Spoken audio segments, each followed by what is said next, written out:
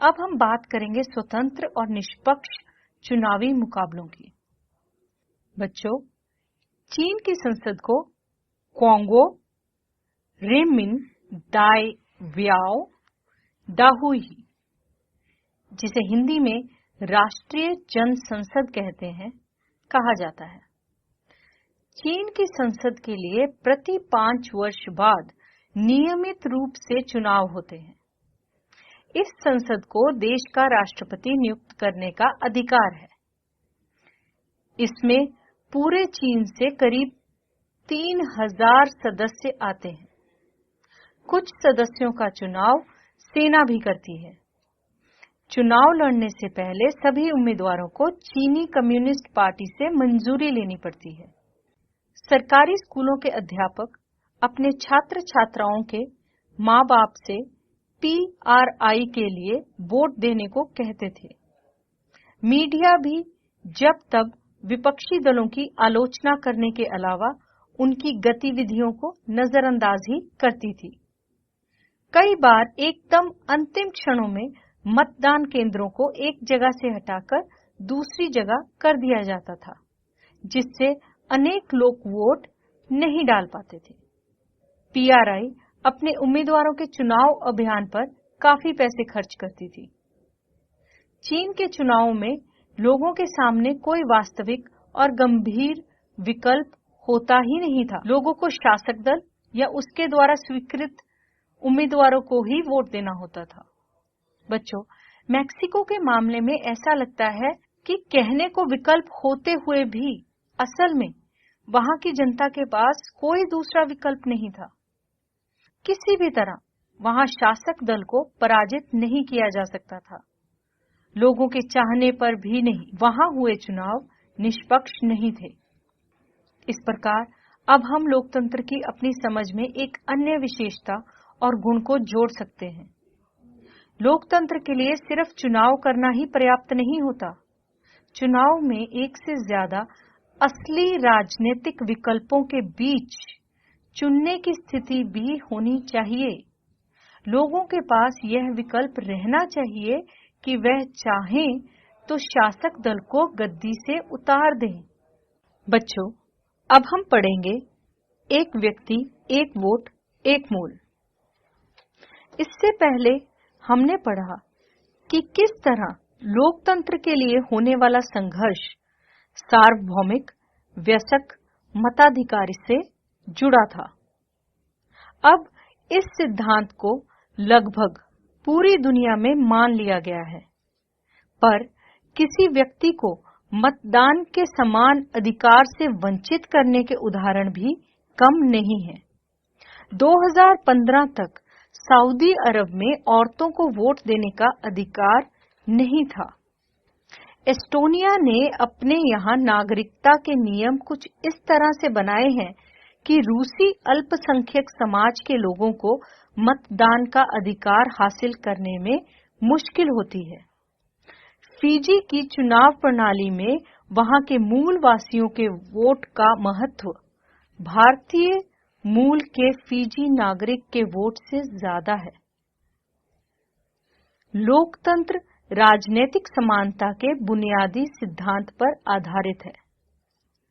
इस प्रकार हम लोकतंत्र की तीसरी विशेषता को जान लेते हैं। इसमें लोकतंत्र में हर वयस्क नागरिक का एक वोट होना चाहिए और हर वोट का एक समान मूल्य होना चाहिए। अब हम बात करेंगे कानून के राज और अधिकारों के आदर की बात। जिम्बाब्वे को 1980 में अल्पसंख्यक गोरों के शासन से मुक्ति मिली। उसके बाद देश पर जानू PF दल का राज है, जिसने देश के स्वतंत्रता संघर्ष की अगुवाई की थी। इसके नेता रॉबर्ट मुगाबे आजादी के बाद से ही शासन कर रहे थे। चुनाव नियमित रूप से होते थे और सदा जानू PF दल ही जीतता था। राष्ट्रपति मुगाबे कम लोकप्रिय नहीं थे, पर वे चुनाव में गलत तरीके भी अपनाते थे। आजादी के बाद से उनकी सरकार ने कई बार संविधान में बदलाव करके राष्ट्रपति के अधिकारों को बढ़ाया और उसकी जवाबदेही को कम किया। जिम्बाब्वे का उदाहरण बताते हुए शासकों के लिए बार-बार जिम्बाब्वे का उदाहरण बताते हैं कि शासकों के लिए बार-बार जनादेश पाना लोकतंत्र की एक जरूरत है, पर इतना ही पर्याप्त नहीं है। लोकप्रिय नेता भी अलोकतांत्रिक हो सकते हैं। लोकप्रिय नेता भी तानाशाह हो सकते हैं। अगर हम लोकतंत्र को परखना चाहते हैं तो चुनाव पर नजर डालना जरूरी है। बच्चों, इस प्रकार हम लोकतंत्र की चौथी और अंतिम विशेषता को रेखांकित कर सकते हैं। एक लोकतांत्रिक सरकार संवैधानिक कानूनों और नागरिक अधिकारों द्वारा खींची गई लक्ष्मण रेखाओं के भीतर ही काम करती है। हमने लोकतंत्र की सरल सी भाषा से बात शुरू की कि लोकतंत्र सरकार का ऐसा रूप है जिसमें शासकों का चुनाव लोग करते हैं। अनेक उदाहरणों के जरिए हमने शासन के एक तरीके के रूप में लोकतंत्र की 4 विशेषताओं को रेखांकित किया। इनके अनुसार लोकतंत्र शासन का ऐसा रूप है जिसमें लोगों द्वारा चुने गए शासक ही सारे प्रमुख फैसले करते हैं। चुनाव लोगों के लिए निष्पक्ष अवसर और इतने विकल्प उपलब्ध कराता है कि यह चाहे तो मौजूदा शासकों को बदल सकते हैं। यह विकल्प और अवसर सभी लोगों को समान रूप से उपलब्ध हो। और चौथा, इस चुनाव से बनी सरकार संविधान द्वारा तय बुनियादी कानूनों और नागरिक अधिकारों के दायरे को मानती हुई काम करती रहे। बच्चों, मैक्सिको के मामले में ऐसा लगता है कि कहने को विकल्प होते हुए भी असल में वहां की जनता के पास कोई दूसरा विकल्प नहीं था। किसी भी तरह वहां शासक दल को पराजित नहीं किया जा सकता था, लोगों के चाहने पर भी नहीं। वहां हुए चुनाव निष्पक्ष नहीं थे। इस प्रकार अब हम लोकतंत्र की अपनी समझ में एक अन्य विशेषता और गुण को जोड़ सकते हैं। लोकतंत्र के लिए सिर्फ चुनाव करना ही पर्याप्त नहीं होता।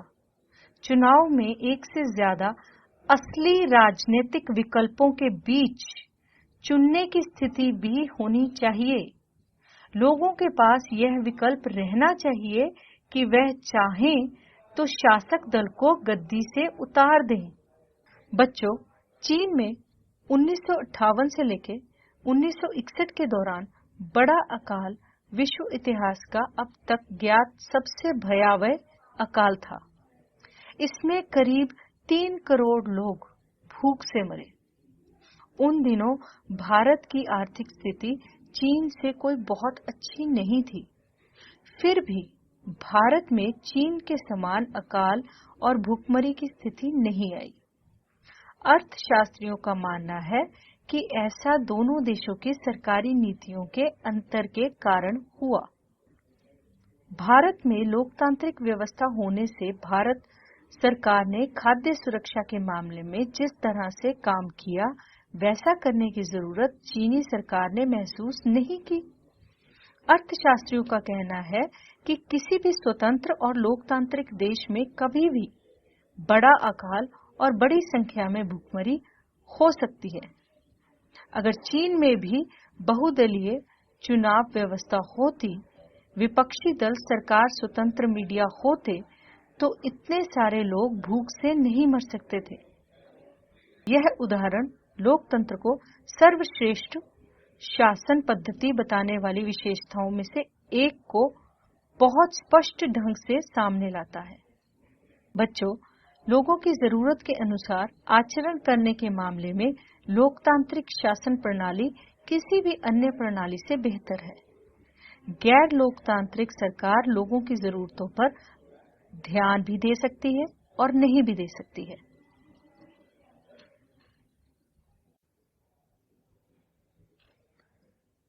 लोकतांत्रिक शासन पद्धति दूसरों से बेहतर है क्योंकि यह शासन का अधिक जवाबदेही वाला स्वरूप है। लोकतंत्र बेहतर निर्णय लेने की संभावना बढ़ाता है। लोकतंत्र मतभेदों और टकराव को संभालने का तरीका उपलब्ध कराता है। लोकतंत्र नागरिकों का सम्मान बढ़ाता है। लोकतांत्रिक व्यवस्था दूसरों से बेहतर है क्योंकि इसमें हमें अपनी गलती ठीक करने का अवसर भी मिलता है। बच्चों, इस अध्याय में हमने लोकतंत्र की सीमित और विवरणात्मक शैली में चर्चा की। हमने शासन के एक स्वरूप के तौर पर लोकतंत्र को समझा।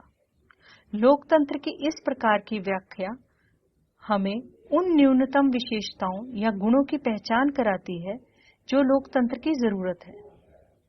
हमारे समय में लोकतंत्र का सबसे आम रूप में प्रतिनिधित्व वाला लोकतंत्र, हम जिन देशों में लोकतंत्र होने की बात करते हैं वहां सभी लोग शासन नहीं चलाते। सभी लोगों की तरफ से बहुमत के फैसले लेने का अधिकार नहीं होता। यह बहुमत भी स्वयं शासन नहीं चलाता।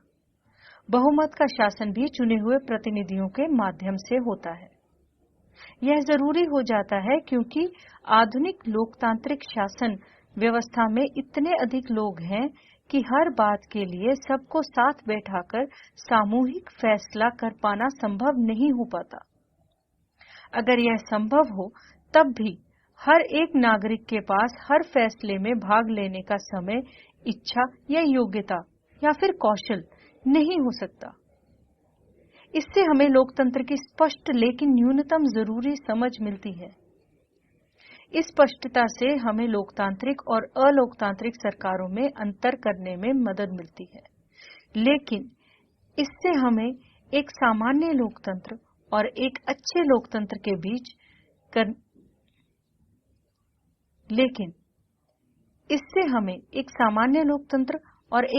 लोकतंत्र के बीच फर्क करने की क्षमता भी पता चल। लेकिन इससे हमें एक सामान्य लोकतंत्र और एक अच्छे लोकतंत्र के बीच अंतर करने की क्षमता नहीं मिल पाती। इससे हम लोकतंत्र को सरकार से परे जाकर नहीं समझ पाते।